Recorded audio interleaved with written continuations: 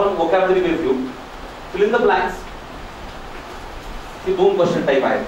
आधी काय असायचं, एक वाक्य दिलं त्यामध्ये 2 ब्लँक, ठीक आहे, आणि खाली बघ ऑप्शन, ज्यामध्ये प्रत्येक ऑप्शनला 2-2 वर्ड असायचे. कुठल्या वर्डची जोडी त्या 2 ब्लँक मध्ये बसते.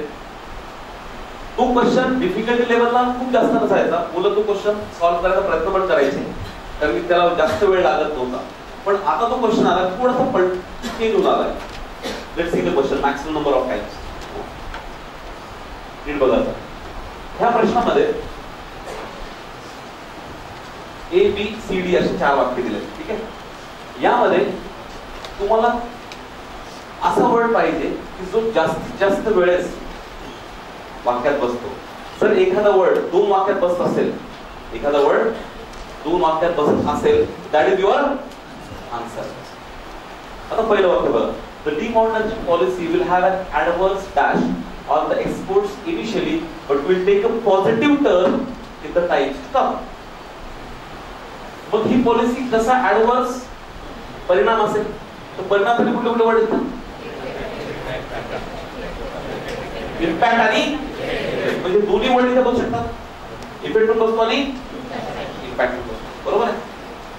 राईट इट ऑल्सो, ठीक आहे. इफेक्ट पण बसतो आणि impact,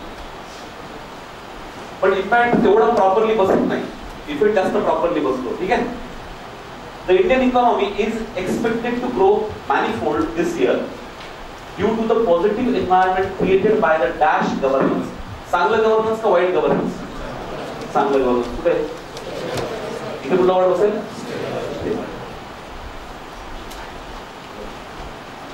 this new scheme will come into dash after it has been ratified by the state government. State government कडून रॅटिफाय केल्यानंतर ही स्कीम अंमलात येईल.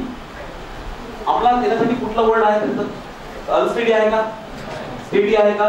स्टेबल आहे का? नाही. बरं, अफेक्ट आहे का? इम्पॅक्ट आहे का? कुठला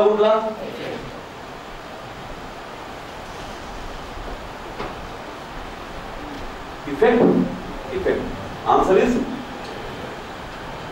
इफेक्टचे 2 यूज आहेत. तुम्हाला क्लासमध्ये आठवतं का, मी प्रत्येक वेळेस तुम्हाला काही लोकांना त्यावेळेस थोडा त्रास होत होता, पण प्रत्येक वेळेस मी काय करतो, एखादा वर्डचे 3, 4, 5 मिनिंग जे असतील ते मी क्लासमध्ये समजावून सांगतो. व्हॉट डू यू थिंक की त्यामध्ये मला फार मजा वाटते का? नाही, मी एवढे वर्ड्सचे 4-5 मिनिंग सांगतोय आणि ते सांगितलं तरी काही फरक, एकच मिनिट सांगितलं मी तरी दॅट इज इनफ ना. पण ते न करता मी काय करतो, 3-4 मिनिंग सांगतो. What is the reason behind it? Because एका वर्डचे 2-2, 3-3 वेगवेगळे यूज असू शकतात. जशी मराठी भाषेत आहे तशी इंग्लिश भाषेमध्ये आहेत. तुम्हाला मागे विचारलं होतं मी, बरेचसे वर्ड सांगितले तुम्हाला. Now take a look at this. Effect, coming to effect म्हणजे अंमलात येणे. दुसरा इफेक्ट म्हणजे परिणाम. हे दोन्ही मिनिंग होतात इफेक्टचे, दोन्ही मिनिंग होतात इफेक्ट. आता बघा, पण सहज एक्झाम्पल सांगतो. 2 वर्ड आहेत.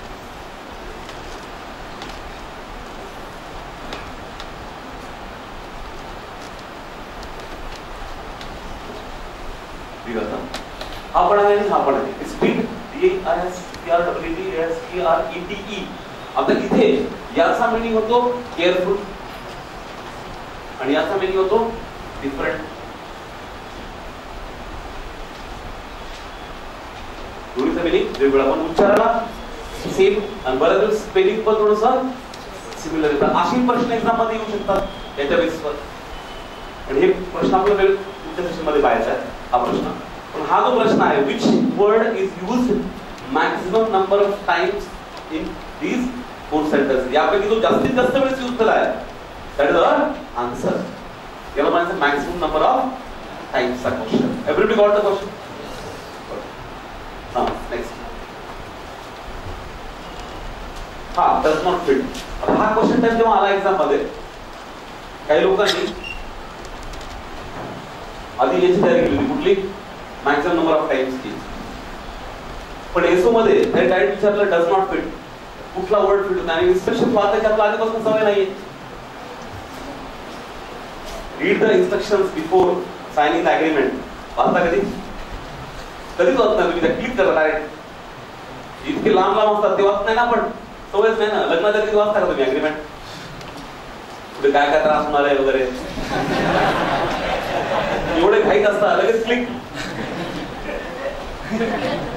सावधान सांगतात तरी ते सावधान म्हणून, ऐकत तरी ते पण अनुभव नाहीये. ठीक आहे, गाणं पडतच नाही त्यावेळेस.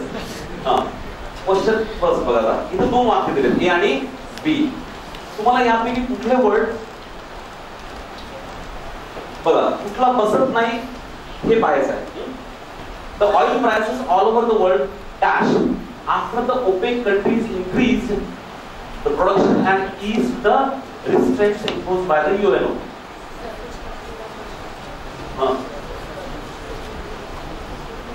ऑइल प्राइसेस वाढतील, प्रोडक्शन वाढल्यामुळे ते कमी होतील.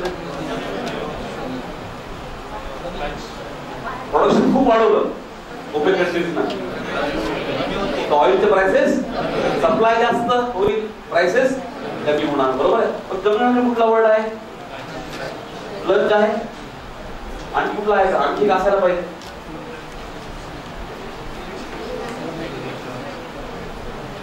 प्लमेट हा वर्ड आहे.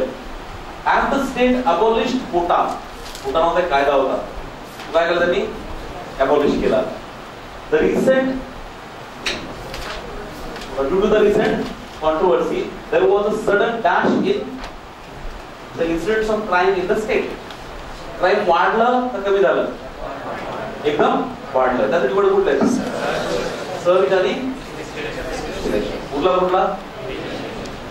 दिस इज द आन्सर.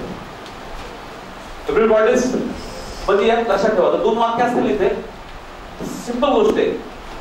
या ऑप्शन मधले 2 ऑप्शन एका वाक्यात असतील, 2 ऑप्शन दुसऱ्या वाक्यात, आणि एक ऑप्शन उरेल शेवटी. तर 2 वाक्य असतील तर 3 वाक्य असतील तर पुन्हा चेंज होईल.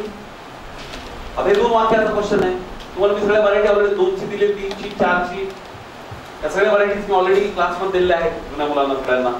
पण दिस इज द क्वेश्चन जिथे तुम्हाला वर्ड हा फाइंड करायचा आहे की जो या वाक्यामध्ये ब्लँक मध्ये बसत नाही.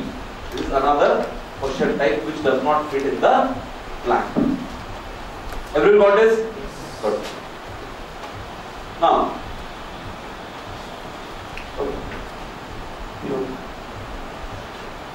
tell me.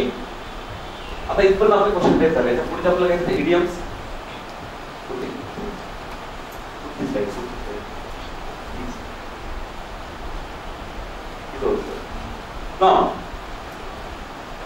आता हे जे क्वेश्चन टाइप्स आपण बघितलं ना, म्हणजे 2 आपण वोकॅब्युलरी बघितले, बाकीचे रिड्यूस की बेसिक. पुढच्या सेशन मध्ये will be looking at idiom questions, conventions जे म्हटलं तुम्हाला ते, आणि एरर्सचे क्वेश्चन्स हे आपल्याला पुढच्या सेशन मध्ये पाहायचे.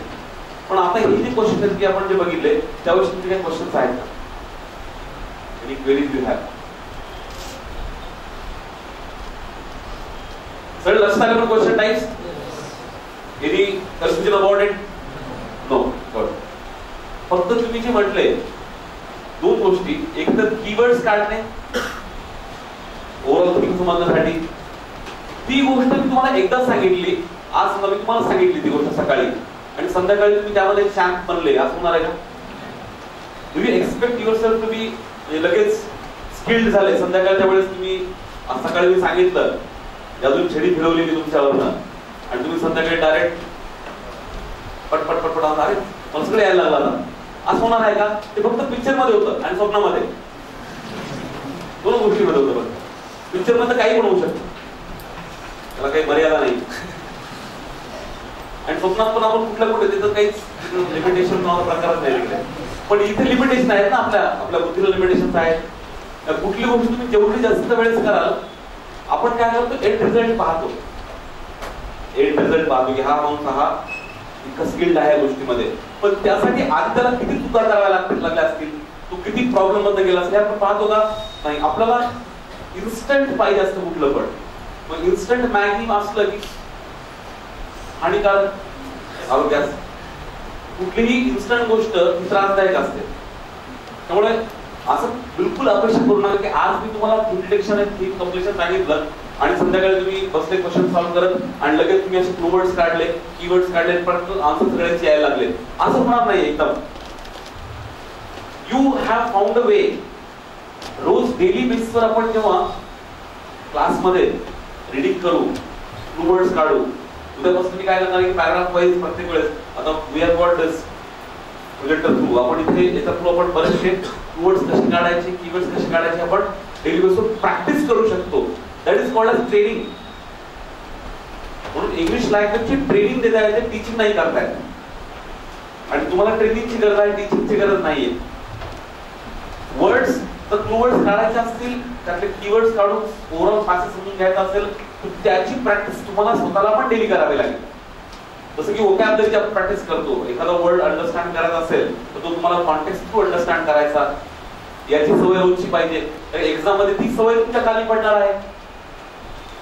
एक्झाम मध्ये nobody is going to give you a dictionary.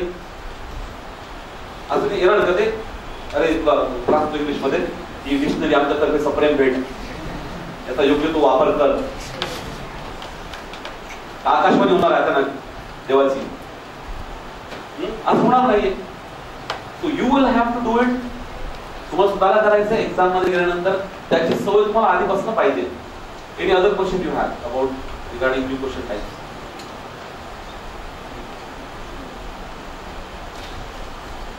No questions?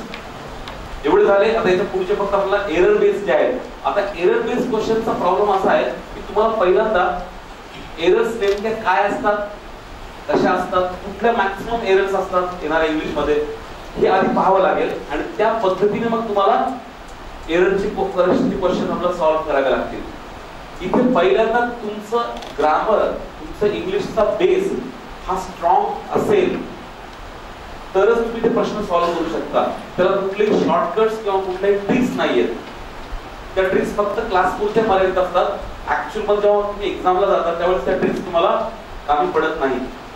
Mathematics आणि लॉजिकल रिझनिंग मध्ये इट्स कम्प्लिटली डिफरंट, इकडे कम्प्लिटली डिफरंट आहे. Any questions? काय विचारायचंय? नाही? उद्याच्या त्याच्यामध्ये आपण पुन्हा आता क्वेश्चन टाइप कशी घेऊ शकतो तुमच्या क्लासमध्ये घेऊ शकतो ना आपण आता? सगळे सॉल्व्ह करायला तयार क्वेश्चन आहे? गुड. पण मी असे जे क्वेश्चन सांगितले यापासून थोडेशा दूर राहा. हे इन्स्टंट एनर्जी देईल तुम्हाला, इन्स्टंट 5 मिनिटापूर्वी, पण एक्झाम मध्ये they won't be of any use. Got it? Good. Will be tomorrow. Respective time आहे त्या टाइमला आपण भेटूया. Thank you very much. Have a nice day.